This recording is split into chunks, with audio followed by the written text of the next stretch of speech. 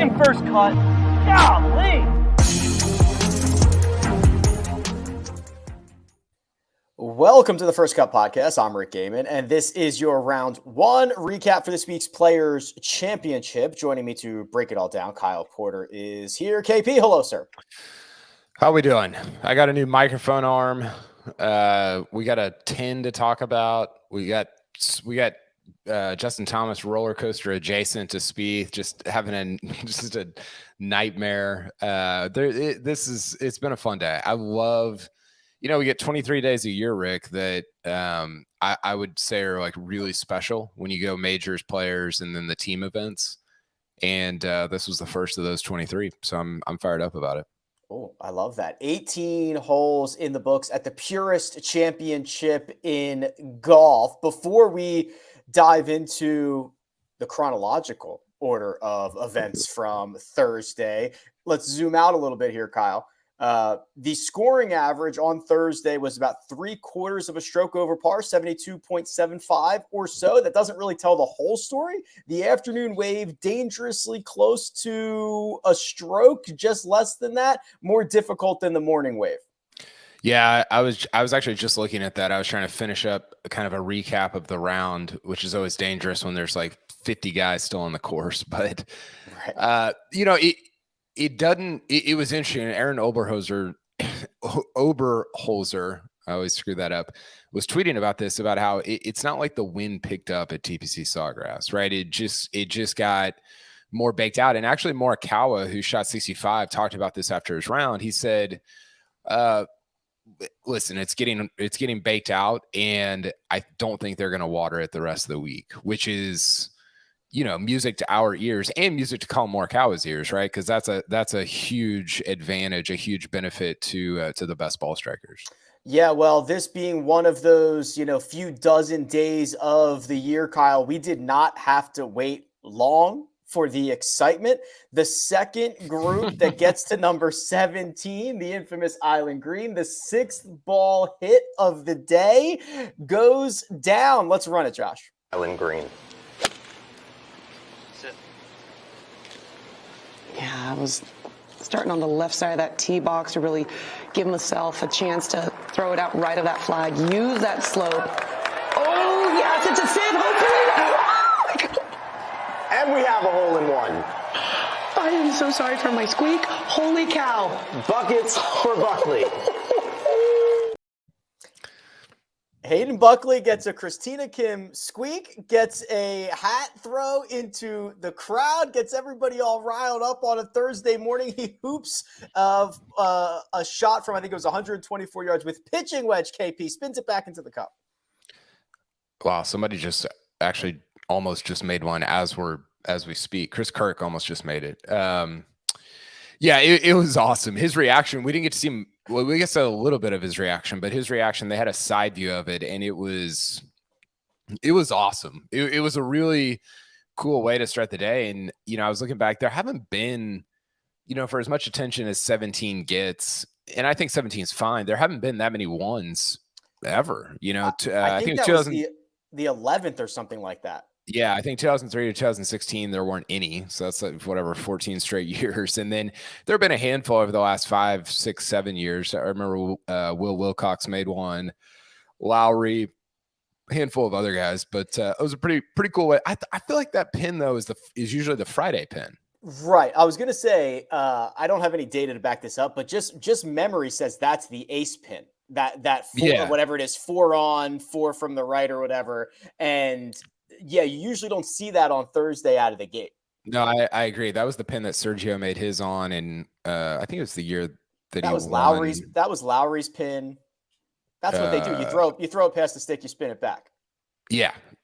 But to your point, like I was not accustomed to seeing that pin on in round one.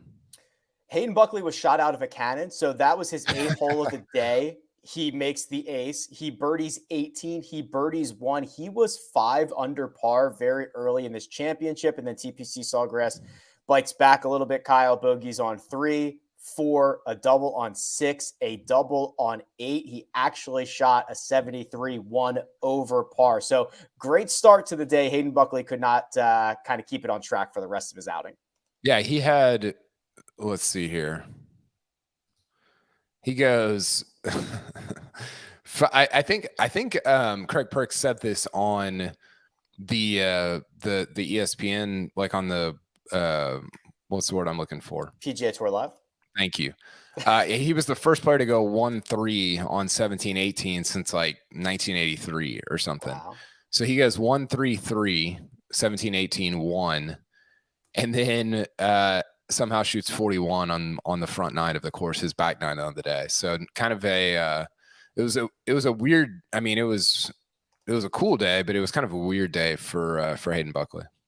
Speaking of cool, speaking of weird, how about Min Woo Lee, who was literally in the first group out this morning, and he got to 6 under at one point, Kyle, with a string of birdies on 11, 12, 13. He gave a couple of back coming in, but it was still a 4 under 68 that featured leg cramps and walking with a trainer who was massaging him and stretching him out as this round continued. Yeah, it was a normal sport bonanza this morning with Minwoo.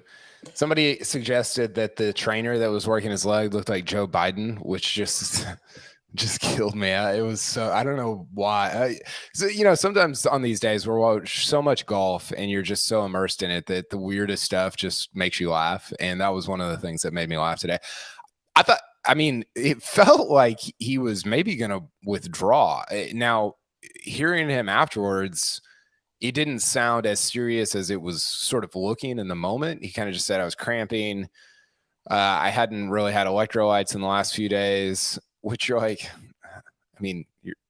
it's not like 110 degrees out there. And you're just like, it's not a great look for the golfers, our athletes mantra, but Minwoo played great. I didn't realize this, Rick. He's 50th in the world. Is he already in the Masters? Oh, I can find out for you. So the thing that I find so interesting, so Minwoo's been, he's been great around the world. I think if, he's just kind of come over to the PGA Tour here recently, made these series of starts in elevated events, but he's been crushing it on the DP World Tour. We've seen him pop up at times, but I do think it is kind of somewhat hilarious that the guy in the lead of the golf tournament is getting like physio treatment mid-round. It's like, he might win the golf tournament or he might WD. I have zero idea how this is going to play out. Yeah, absolutely. No clue. The other thing, I wrote this and was sort of tweeting about it, is we talk about it, but we probably don't talk about it enough, that him and his sister are both ranked in the top 50 in the world. She's ranked in the top 5 on the women's side. That's preposterous, right? Like that can't happen. If they are not playing together at the newly created, Grant Thornton Invitational, and if they are not the favorites, something is very, very, she is unreal. And he's a top 50 player in the world. And he is, as of right now, not qualified for the Masters. So big week for that, right? Because if he finishes top 10 this week, he's pretty much in the Masters, I would think, because he's sitting on 50 right now. So I think the tournament that you're referring to is the Corda Fowler Invitational. Yes, that one. That the Lees should potentially dominate. So yeah, fun day for him. And he's a great guy too. So rooting for Minwoo the rest of the way. Collin Morikawa. Oh boy. This felt like a good one. 7 under 65 with not a single blemish on the card. Spectacular golf being played, Kyle. We can tackle this from a couple of angles. Let's start with his recent form, which was pretty much all over the place, right? He had the coulda, woulda, shoulda at the Tournament of Champions. Then he comes back and he missed the cut. If I get this right off the top of my head, he missed the cut in Phoenix. He missed the cut at Bay Hill, but he had the great start at Riv and the great start at Torrey Pines in between there. So it was kind of like Jekyll and Hyde in 2023 so far. Yeah. And it's a little bit, I'm interested on your take on this, because Data Golf put out a thing today about how, the common trope with Morikawa is, hey, if he gains a stroke on the greens per round in a tournament, that's a wrap. Like he's going to win or he's going to finish second. That's basically what his career has been like. And they put out a graph that was kind of like, when he putts well, he wins, but also in the weeks that he putts well, he's striking the ball even better than he normally does. So the thinking there is like, hey, when he's on, he's like on, right? Like and not just in one category throughout the bag. And so I almost feel like his 2023 Rick is a microcosm of kind of what his career has been like, where he's either and he hasn't missed a ton of cuts. So this maybe sounds weird to say, but he's either missed the cut or nearly won this year. And that's a little bit of what you like. To me, that's a little bit of what his whole career has been. So what's interesting is I pretty much agree with you. So remember when he first came out and he rattled off 18 or 19 cuts in a row, and it was like he was going for the Tiger record, right? And he was this really consistent golfer. Since then, he has gotten a lot more volatile in nature, right? We knew his missed cut rate was going to go up, but you're right. You either get kind of ceiling or floor Collin Morikawa, which I would argue, if you're a top 10 player in the world, and I think it's great. You've made this. This is what you want to do. You either win or you get 2 days off, and like you don't have to worry about getting into anything. Like this is how the top guys want to play. His stat profile and his style of golf is really good for winning tournaments. It is, and I think he's somebody. I was trying to think of guys that have not played as well at TPC Sawgrass that you're like, why has this guy not played that? Well, we talked about Cantlay on Tuesday, because Mark picked him in the one and done. And you're like, yeah, he should play great at TPC Sawgrass.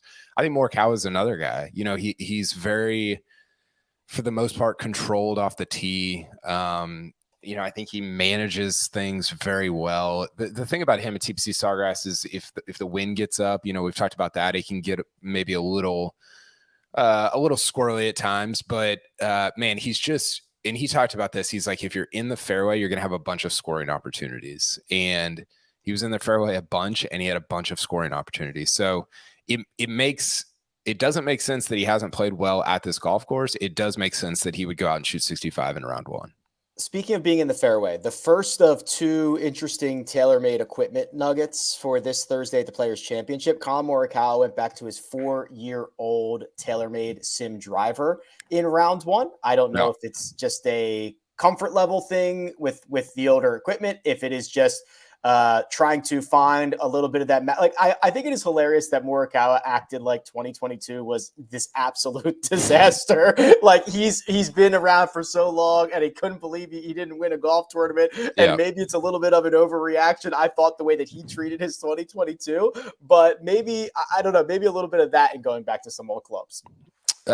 He got asked about this after his round, actually. And somebody said, you change drivers the way most people change putters or something. And he's like, not really. Like, I don't really change my equipment that much. So I don't know. He gets asked weird questions. He gets asked weird questions, and he always gives like just slightly less weird answers. So it makes the question asker look weird, but his answers are also weird. So it's like he's just the less weird guy in the interaction. Well, I think there's a way to sort of protect the question asker, and he doesn't do it, which is fine. That's his prerogative. I'm not being critical of that, but yeah, I forgot what we were even. Oh, the driver. Yeah, I don't know what the deal was there. There's the TaylorMade drive. I don't know if it was a great day for TaylorMade's driving category.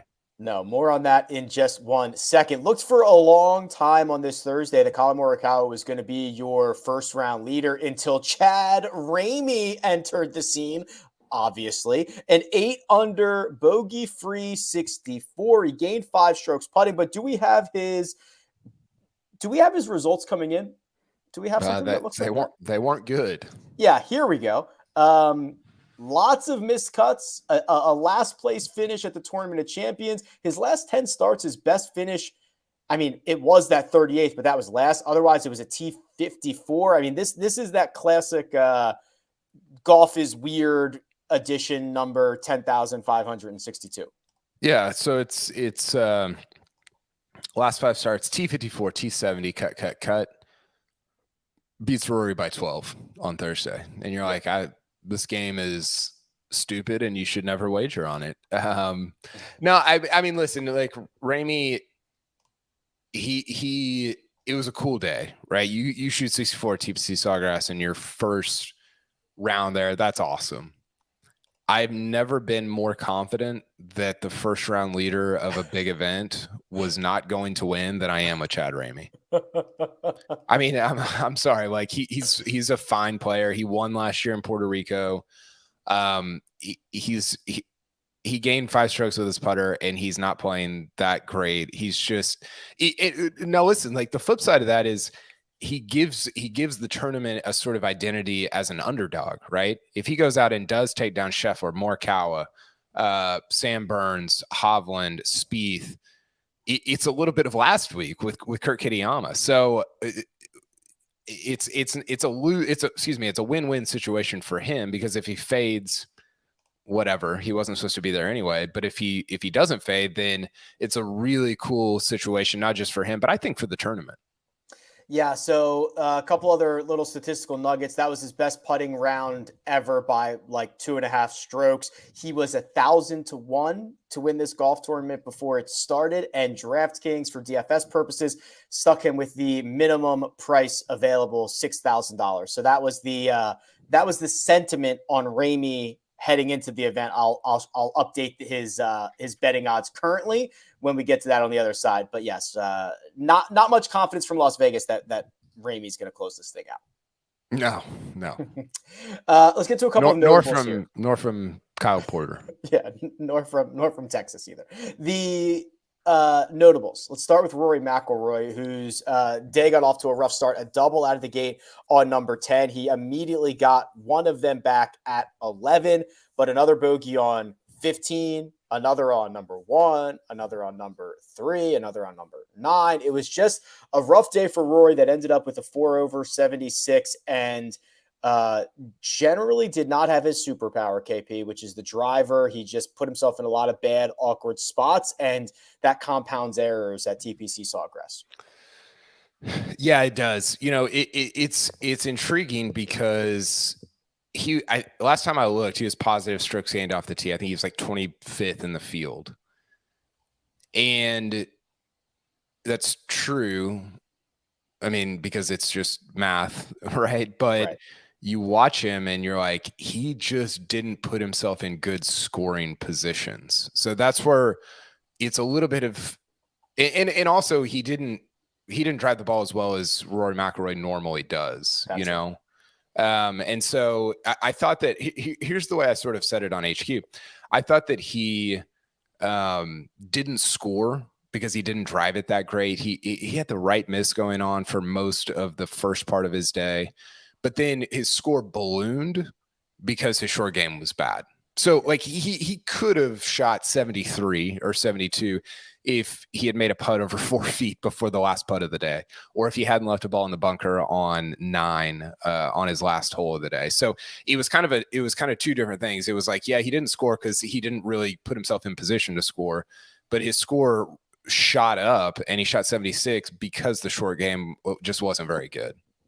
Yeah, there was a hole, I don't remember what number it was, but he was in, I think it was a par 5. He was in the pine straw. Then he hits, I think it was 16. In the pine straw, hits this unbelievable shot to get it on the green, give himself a chance for eagle from 28 feet, then 3 putts from there. So it's like bad drive, unbelievable second, 3 jacks from 28 feet, and doesn't get to take advantage of the good stuff. And it just seemed like he was on the wrong side of everything. Yeah. He was. And it's, you know, some people were like, well, he was 8 down to Rahm last week, and that's true. And he came back and almost won the tournament. Now he's 11 down to Morikawa. I mean, Rory McIlroy shoots 63 on Friday, and nobody would be super surprised. I just don't. To do that now, you have to play pretty perfectly off the tee and from tee to green at a place like TPC Sawgrass, and he just doesn't seem like locked in with his driver and just sort of overall, if you want to touch on that. Yeah, so the other aspect here is that he made the switch to TaylorMade's Stealth 2 driver on Tuesday night at Riviera. And we kind of saw, since then, it's been a little erratic. And I thought he finally got asked, or he finally gave us the reason on why he did that. I thought it was pretty interesting. So his old driver, which was what, I think it was the Sim 2. Is that what he was using prior? I think it was the Forgiveness. Oh, sorry. Okay. So I think that was the name of the driver. I don't Really? know. I don't know. No, I don't know what they're called. Okay. I'm not a gearhead. Okay. I think it was the Sim 2. And he was saying that at Riviera, they were testing drivers. They test like the springiness. They test the club faces. This is the thing that This was one year interesting. Xander's didn't pass, right? And Rory felt that his driver was not going to pass. So he made the switch. And the reason that he thought that is because he hits it so hard. We see this with the long drive guys as well. The more you hit this driver, the springier it gets. And I guess he could feel it, or he could look at his ball speeds, or he could look at his smash numbers and know, hey, this is probably not going to pass. And he didn't even want to risk the bad look on Rory, the bad look on TaylorMade for having a club in his bag that wasn't going to pass. But that's like 3 or 4 levels deep into this. I thought that was a very interesting situation he was describing. It was interesting, and it was funny to watch him. I wasn't there, obviously, but it was funny to sort of see him walk through what he was talking about, because you could almost see him remember when Bryson got eviscerated during the 2021 Open after he said the driver sucks, because the implication from Rory was that the driver is not exactly what he's been looking for. Right. But then in the middle of it, he was like, it's a lot of user error too. Like, I'm not hitting the ball that well. And that was it. It seemed a little bit like he was just, it's true. He's not swinging it as well as he normally does, but it seemed a little bit of like, I remember what happened to Bryson after he said some of this stuff, and he was trying to save it a little bit. You want to be critical of the equipment, but you don't want to be critical of the equipment. You've got to kind of dance around and make that happen. And one of the hardest things, I think, for people, for golfers that are self-aware at that level is, and we've talked about this a million times, you have to have like just comic self-belief to the point that you're blaming literally anything except for yourself, because that engenders it can't be me. Like, it engenders self-confidence, right? But Rory's pretty self-aware, and he doesn't want to throw like everybody under the bus. So I don't know. It was sort of funny to like watch somebody like that walk through that series or that sequence of conversation.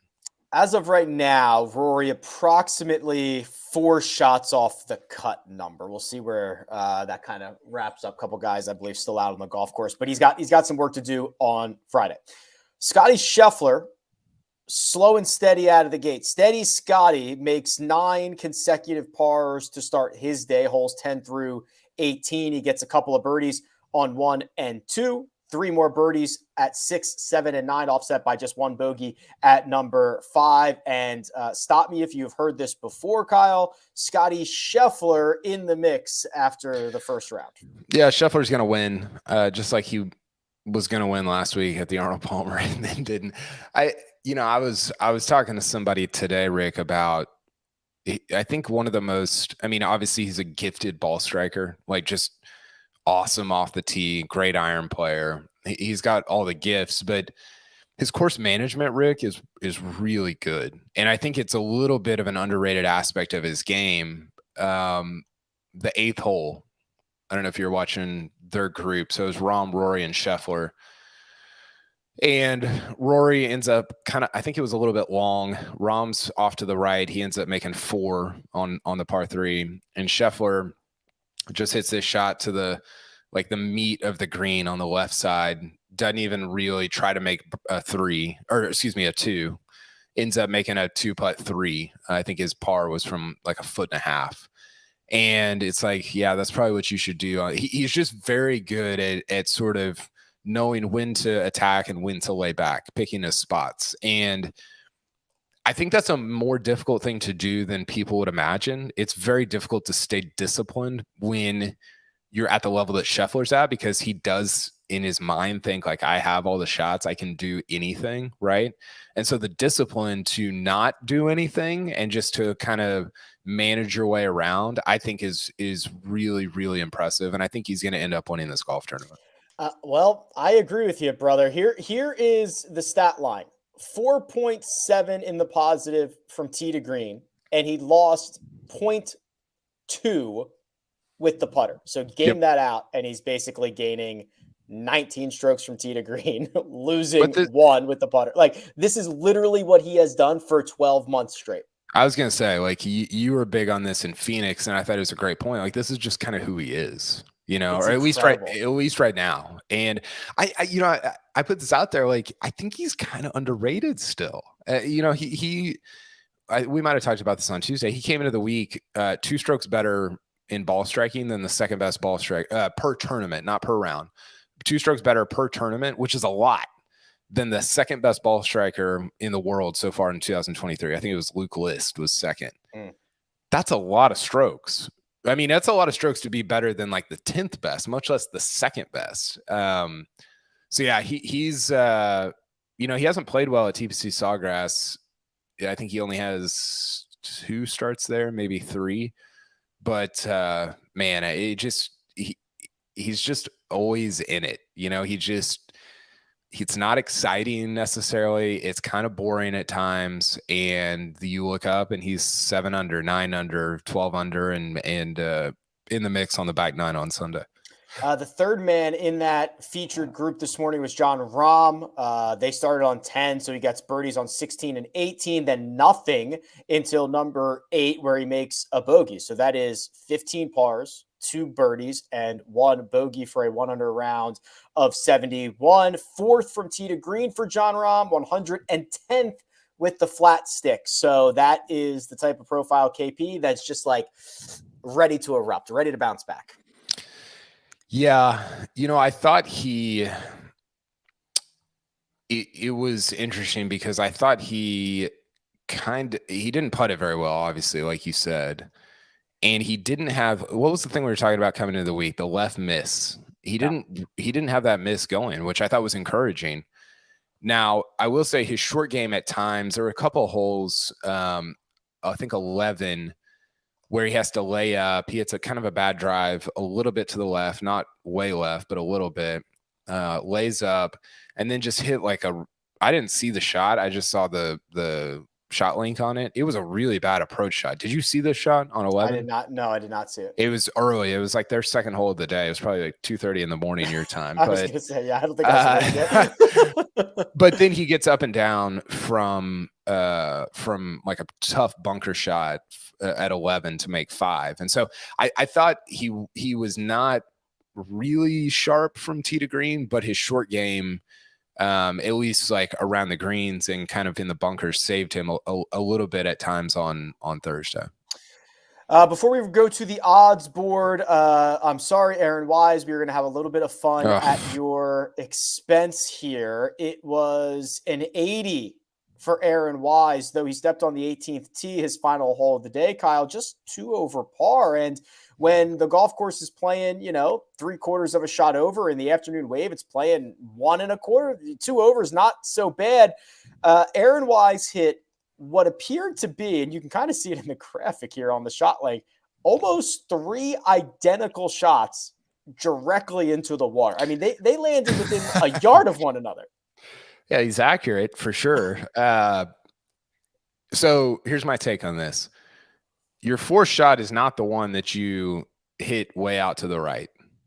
At that point, just keep pulling for the left side, right? Like if you want to hit it way out to the right, do it on the 2nd or 3rd. After that, it's already over anyway. So you might as well just keep going for it. I'll give him a pass on the second one, because you hit the first one and you're like, okay, well, you know what? I think I had the right call. I had the right club. Let me just try that again. When you hit an identical second shot, your third one can't be the same exact thing. Right, you got to just change a club. You got to spray it into the pine straw. You got to do something. Do you think it's a worse feeling to be hitting 7 off the tee or to miss a one-handed putt from 9 inches like Nick Watney did? What do you think? What would you rather happen in the Players Championship to you? I think honestly hitting 7 off a tee. I think that would be worse too, because I think the one-handed putt miss, you're kind of like, it's a little bit of it's a little masochistic at that point, to where you're like, I kind of want to miss this because I'm so mad. I think hitting 7 off the tee would be the worst feeling that you could have on a golf course. I'll tell you what, he made a hell of a 4. Unfortunately, it was with his 4th ball. His second sleeve. His 4th tee shot into the pine straw, hits it down the fairway, stuffs it to 3 feet, makes the putt. It ends up being a 10. He is now currently that 80 is 8 over, a tied for. I mean, he beat Lucas Herbert. He didn't finish dead last through round 1. Anything else on this side before we go talk about the betting favorites and the odds board? I'm just rolling through the top of the board. Justin Suh's 500 still on the golf course. That's pretty interesting to me. Sam Burns has not been playing that great. He shot 68.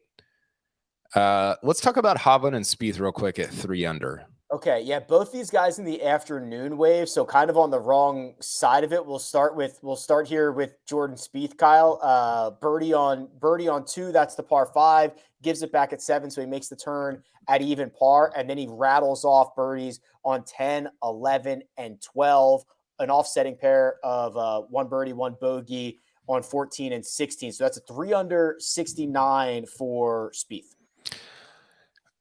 It was fun. It's always fun. I don't know if it's always fun. It's always entertaining. Yeah. I don't know how high my trust level is with him right now at Sawgrass. If this is Augusta, I think it's a little different, but some of these tee shots, man, they're really difficult, and you can just, I love this golf course. I'm not a architecture nerd. I don't really know what I'm talking about. I just enjoy watching professionals play this golf course because it doesn't seem, it seems like you can make 7 like pretty quickly. And a lot of the golf courses the PGA Tour goes to, it doesn't really seem like that. And I mean, make 7 on like a bunch of different holes pretty quickly. That's well, I don't know if it's fun, but that's interesting. That makes the golf interesting. And I think with Spieth, I feel like there's maybe a couple 7s coming. Maybe not. He doesn't play well here, and I think there's a reason for that. But it was at least entertaining on day 1. I would honestly be pretty surprised if he was like really in the mix late on Sunday. Me too, but you know, crazier things have happened. Viktor Hovland also goes out in even par 36, comes in. How about this, Kyle? Birdieing 4 of his last 5 holes, 14, 15, 16, 18, including a close call on 16 where he had to stand on his tippy toes on the railroad ties there, or whatever you call it, the bulkhead, and hit a great putt and tapped it in for birdie. Yeah, he played really, he had a lot of really good kind of unique shots coming home. I mean, the shot he hit on 14 was a joke. Yeah. He was on the other side of a mound with, it looked like some trees kind of overhanging, at least to some extent. And he hits it to like 9 feet or 7 feet or something. Just something absurd. I mean, I thought Brad Faxon was going to come out of the broadcast booth. He was losing his mind. It was a really, really good shot. And he's another guy that I think he's very smart about course management at TPC Sawgrass. Now, that doesn't mean that, you know, it's not as if like I could be great at course management at TPC Sawgrass. That doesn't mean anything. I'm not going to win the golf tournament, right? So you still got to hit a bunch of really hard shots.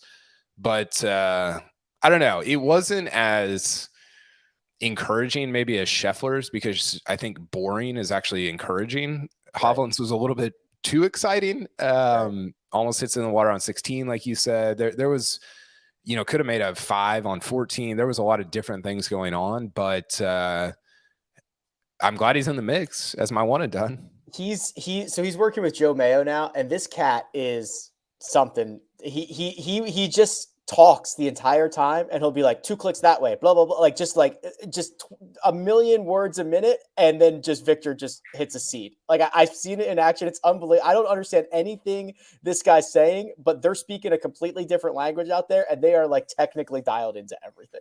Yeah, which is it's a fascinating world, and one that I'm pretty unfamiliar with, but it seems like it's working. And I think that, man, it'd be fun if he got in the mix. You know, we talked about who needs like a signature win. This would be a big time, I think, leap for him, even though he's been in the top 15 in the world or top 10, top 15, top 20 for the last couple of years.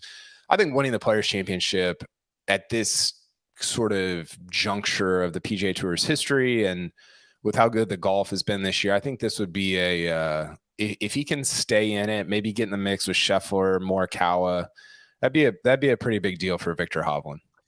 We're going to take a look at the odds board and see what Vegas thinks his chances are for winning the Players Championship. But first, we're going to take a quick break and hear a word from our partners. Absolutely magisterial here.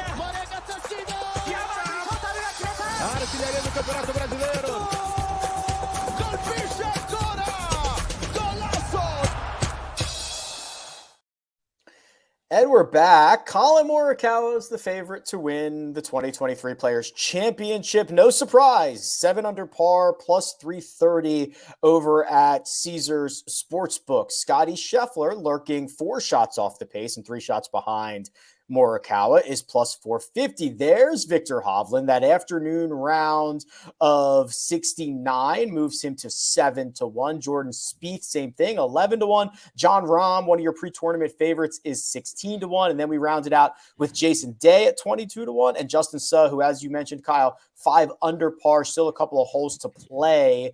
This round has been suspended, so we'll have to finish that up on Friday morning. He's just 3 off the pace, and he's got he's got a 28-footer for eagle coming back on Friday morning on 16. So that's the odds board.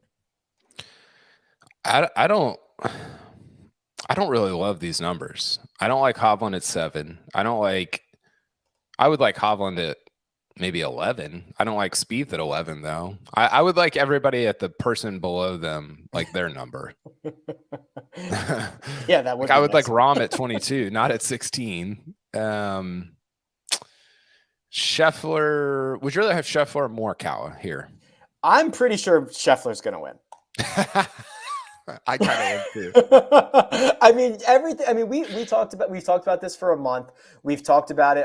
We both picked him to win before the tournament. You talked about kind of the lack of stress, and that is so critical. And I mean, like, I'm watching it. Like, I'm watching how to win golf tournaments every single week with Scotty Scheffler, or at least give yourself a chance. And I'm pretty sure he's going to win. Yeah, I think I agree. So I guess if that's true, we'd rather have Scheffler at 4 at what is that, 9-2? Yeah, they're not super great. Justin Suh 22 is kind of like, but he's probably not going to win. Like, he might drain this eagle. He'll drain this eagle on Friday, and he'll move to 12-1. But like, I don't think he's actually. I mean, I guess getting Rahm now longer than he was before the tournament after having a -2 day with the putter is interesting, but I think it should be longer. Yeah, no, I agree about Rahm because he seems pretty volatile, but going in the right direction for the rest of the event. So yeah, I think Rahm at 16. We got somebody in the comments said the real lead is 7 under, which is true. Our first, what's the real lead of the year? Yeah, I mean, can I go beyond that? Like, who's? Yeah. Okay. So how about this? You want to take a stab at what do you think Chad Ramey's odds are? So he's actually leading the golf tournament. What has Caesars set his odds at? I would be surprised if it was shorter than like 40. Yeah, he's 35. Okay. So you're close. Okay, yeah. So a little bit further would be Sam Burns at 25-1, Max Homa's at 27, Siwoo is 28. Keegan, Justin Thomas, Justin Rose, Patrick Cantlay, and Taylor Pendrith are all 40-1. Minwoo's 55. Did Cam Young make a big number coming in? Because he's 55-1. Yeah, he must have. He bogeyed 18. So he went birdie on 16, birdie on 17, bogey on 18. That would have been nice to get in. Homa's 20. Homa's even. Why is he 27-1? He should be longer than that, right? Is he? Why is Homa 27 and Cantlay's 40? They're both even. Yeah, these are tough. These are tough. Yeah, Cantlay.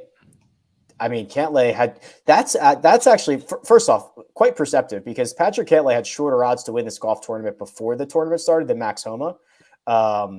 Yet now they're both at even par. Homa's 27-1, Cantlay's 40. I guess the argument is Homa played on the harder side of things, but boy, that doesn't really matter anymore moving forward, does it? Unless Caesars thinks there's another wave split coming.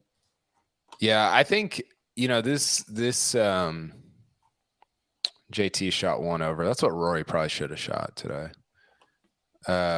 This tournament is so. I mean, remember when JT came from like 10 back after 2 rounds 2 years ago in 2021? He shot like I'll get the numbers wrong, like 67, 66 or something on Saturday, Sunday.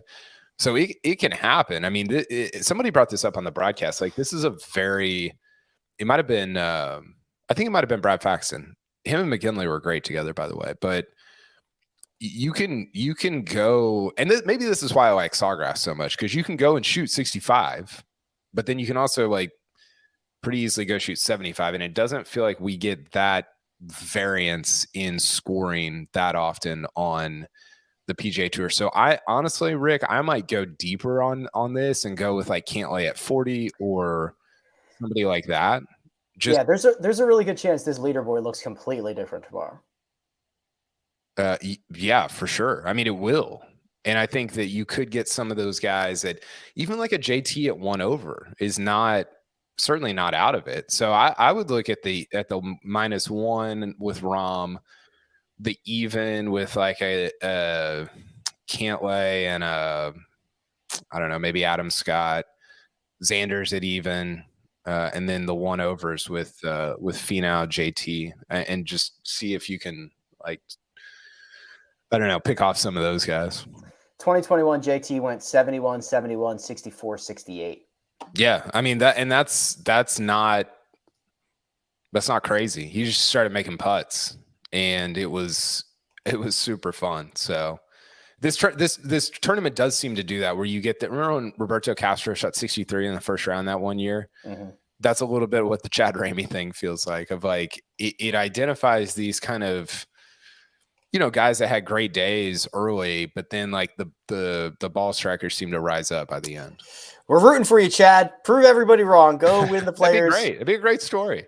Go win the Players Championship. All right, we'll be back after rounds 2, 3, and 4 to break down everything you need to know for this week's Players Championship. Big thanks, producer Josh, doing all the hard work behind the scenes. Kyle Porter at Kyle Porter CBS on Twitter. You can find me at Rick Run Good. This has been The First Cut. We'll catch you next time.